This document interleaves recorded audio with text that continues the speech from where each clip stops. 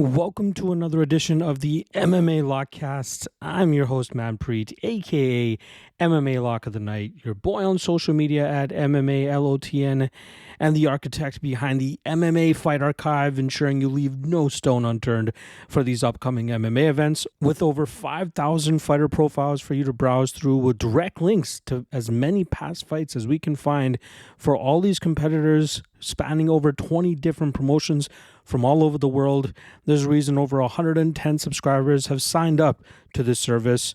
And if you are interested and like to predict fights on your own or break down fights yourself, this service will save you a boatload of time. And there is a 7-day free trial for you to try it out for free with the link in the description below. All right. This week, we're talking about PFL 2025 first round 3. This is the first round of the PFL's tournament. This weekend, obviously, they're going to be targeting, I believe, the middleweight and the lightweight divisions. So it should be a fun night of fights. We got some former champions and other notable names on this card as well. And I do quickly want to just reiterate, as I did late last week and have done so in some of the comments in my past videos or recent videos from last week. This is a very big week for me in terms of just personal things. So I've been very, very busy, hence why this podcast dropping a little bit later than I would have liked. And it's going to be in a shorter and much briefer version this week.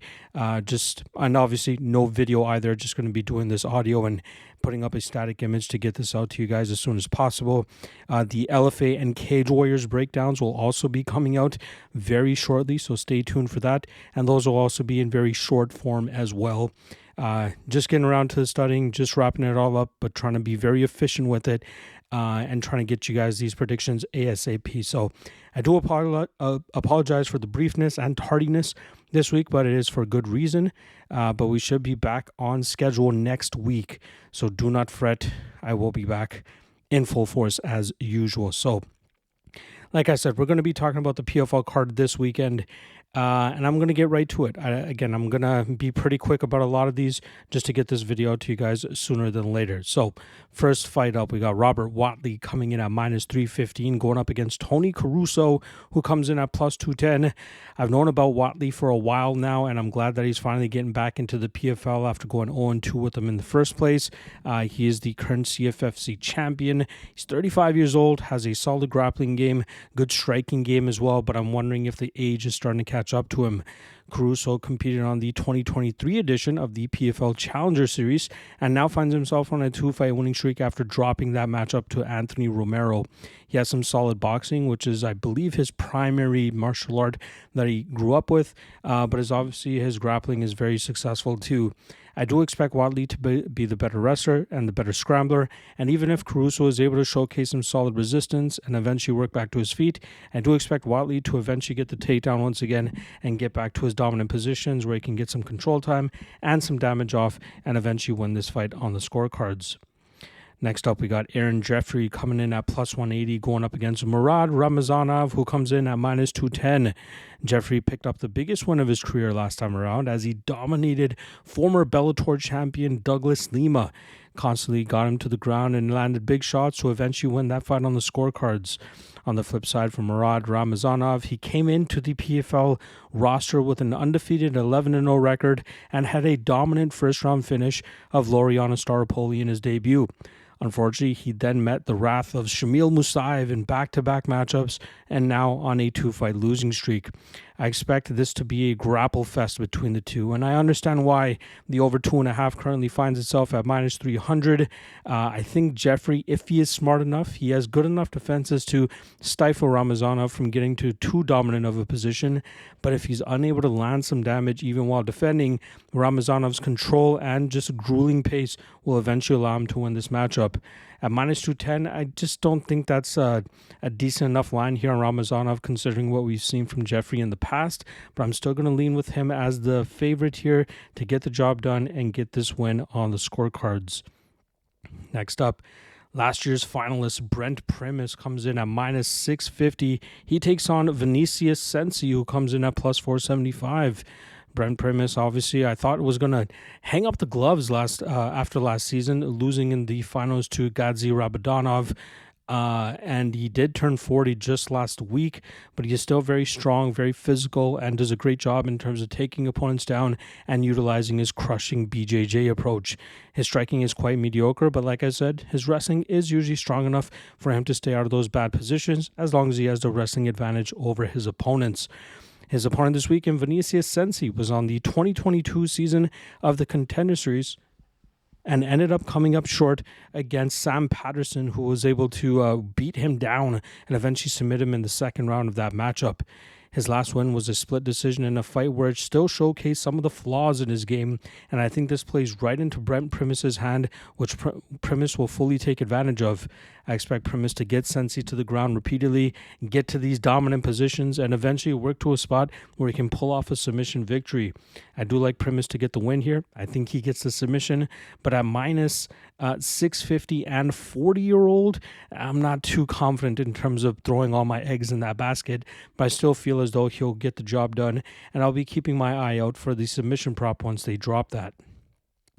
Next up, Josh Silveira coming in at minus 240, going up against Mike Shipman, who comes in at plus 200. Silveira finally making the drop down to 185 pounds, a weight class in which I thought he could have competed at for a couple years now. But now, after coming up short in back-to-back seasons at 205 pounds, I'm interested to see if he can utilize his wrestling style effectively in the middleweight division. He's come up short against Kasanganay on multiple occasions, and I feel like he has a little bit more to give at 185 pounds. He has a solid wrestling game and usually does a great job in terms of establishing top position and raining down big shots to either snatch up submissions or eventually win on the scorecards. He's going up against a very grueling and pressure-heavy fighter in Mike Shipman, who beat down his last opponent and was able to get the second round finish that night, and he does also like to utilize a grapple-heavy approach himself. If he's unable to dictate the pace, though, that's where we often see him start to come up short, especially with his cardio, allowing opponents to start pulling away in deep waters. I expect this to be a matchup to showcase that once again. And Silveira should be able to really compete in the grappling here and probably get the better of Shipman in most situations. And I think that we'll see Silveira keep up a high pace and pressure, initiate a lot of scrambles, and eventually run away with this fight late, either getting a finish in the third round or winning this fight on the scorecards. Next up, we got Clay Collard coming in at minus 180, going up against Alfie Davis, who comes in at plus 155.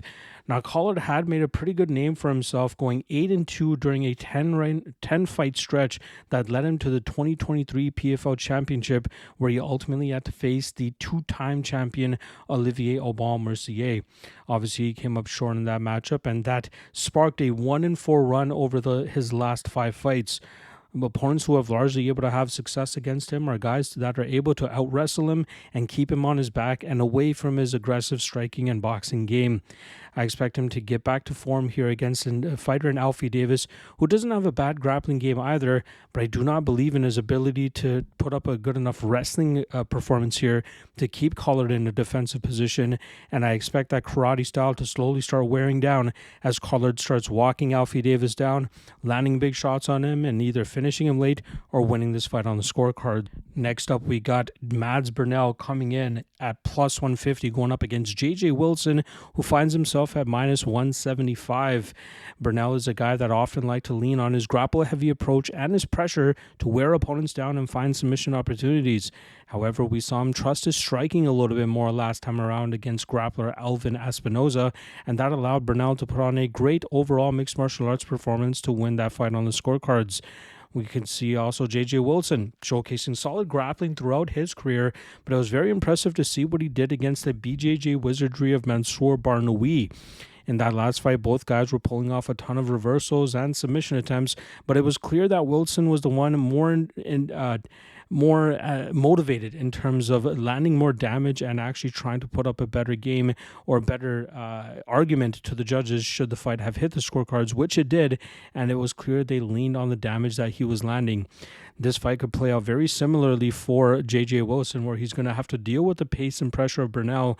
And I think we're going to see Burnell look to shoot more than he did in his last matchup, and Wilson will do a good enough job in terms of working off of his back with elbows and submission attempts, or at least defending some of these takedowns and landing elbows and knees in the process. That should allow Wilson to get his hand raised once this fight hits the scorecards. Next up, Sadibou C coming in at -130, going up against Dalton Rosta, who comes in at +110. Now, C actually won the 2022 PFL Championship down at welterweight, which is insane considering the frame that he brings to the table. He tried to repeat that once again in 2023, but ultimately came up short against former champion and eventual champion Magomed Karamov. And then he ended up trying his hand at 205 pounds last season, but ended up missing the playoffs after going 1-1 in the regular season. Now he goes down to 185 pounds, which is the division he skipped after jumping up from 170 to 205. So we'll see if he still has anything left in the tank to offer at this weight class. Normally, he utilizes a disciplined and slick striking approach from distance to touch up opponents and win fights on the scorecards more often than not. He goes up against a very tough Dalton Rosta here, who put together a very solid 9-1 record throughout his Bellator and total professional career, considering he spent it under that banner. His lone loss came at the hands of Jeffery in a fight that he really couldn't get going in terms of the grinding grappling we normally see from him, but he did hand undefeated prospect Norbert Novenyi Jr. his first pro defeat last time out. Rosta does a good job in terms of wearing opponents down against the cage and dragging them to the ground, and he's pretty explosive and powerful with the hands that he throws as well. In this matchup, I expect him to struggle initially to get C to the ground or even find some control time, but I think as he continues to wear on C, I think we'll see C start to give up these positions, and we'll see the strength and physicality of Rosta really start to run away with this fight. That should ultimately lead to the underdog pulling off the upset and winning this fight on the scorecards. Next up, co-main event with former champion, or the most recent PFL champion in the lightweight division. We got Gadzhi Rabadanov coming in at -700, going up against Mark Diakiese, who comes in at +500. Now, Rabadanov is looking to repeat as back-to-back champion after knocking out Brent Primus last year to win the title. He showcased stellar defensive grappling and then eventually knocked him out in the third round. And I think that's a great encapsulation of what type of game Rabadanov brings to the table. He has very slick striking where he can either keep fights up standing and find the knockout, or utilize the striking to mask his takedown attempts, where he usually does a good job in terms of controlling opponents on the mat. He's going up against Mark Diakiese, who came up big in his Bellator debut against Tim Wilde back in September.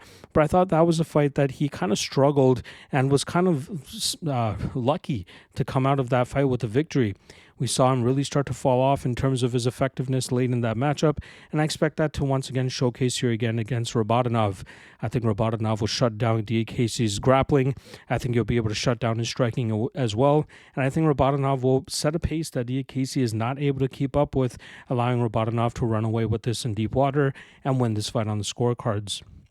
And that brings us to the main event now in the middleweight division, as we have Impa Kasanganay coming in at -140, going up against Fabian Edwards, who comes in at +120. Now, Kasanganay came up short last time around in the PFL 2024 championship matchup against Dovlet Yagshimuradov, who landed a big shot and put Kasanganay away within 1 minute of that fight taking place. Kasanganay's durability has been a bit of a question mark in 2024, especially with how much trouble he found himself in, even against Jakob Neto in the regular season. But usually he shows a disciplined striking approach and can pull out the grappling when he needs it, but usually it's his striking that allows him to chip away at opponents and win fights on the scorecards. He's going up against Fabian Edwards, who's also a decent striker, but also came up short in a big opportunity himself last time around against Johnny Eblin. That was a fight that was a rematch between the two, and that time around Edwards put up a decent showing of himself, but ultimately came up short 3-2 on all scorecards and losing that title fight. Here against Kasanganay, I think we'll see Edwards actually struggle with the at least striking discipline, I should say, of Kasanganay. I wouldn't be surprised to see Edwards try to get this into the grappling realm, but I think we'll see Kasanganay shut that down and really get to his game with his striking and countering Edwards effectively. The only thing that's keeping me from betting Kasanganay on this spot is his seemingly deteriorating durability, although Edwards is not a big power puncher, mostly winning his fights on the scorecards. I'll still lean with Kasanganay in this matchup, as I think he'll land the more effective damage, get the control time that he needs up against the cage, but ultimately outworking Edwards en route to a decision victory. There you guys go. PFL first round 3 broken down for you guys there. A lot of favorites that I expect to win here, but that is usually the case in a lot of these PFL matchups. We'll see if it rings true this weekend once again. Again, I appreciate all the understanding in regards to the delay in the content this week. I will be back likely Friday afternoon, early afternoon, for the LFA breakdowns, as we do have LFA going down later on in the day, but I'll be sure to have those out for you guys ASAP. And then the Cage Warriors breakdowns I'll have probably Friday evening, so stay tuned for that as well. Reminder, you can find all my track plays and everything you need on the MMALOTN Patreon page. Link for that in the description below. And yeah, I'll see you guys tomorrow for the LFA and Cage Warriors breakdowns. See you guys then. Peace.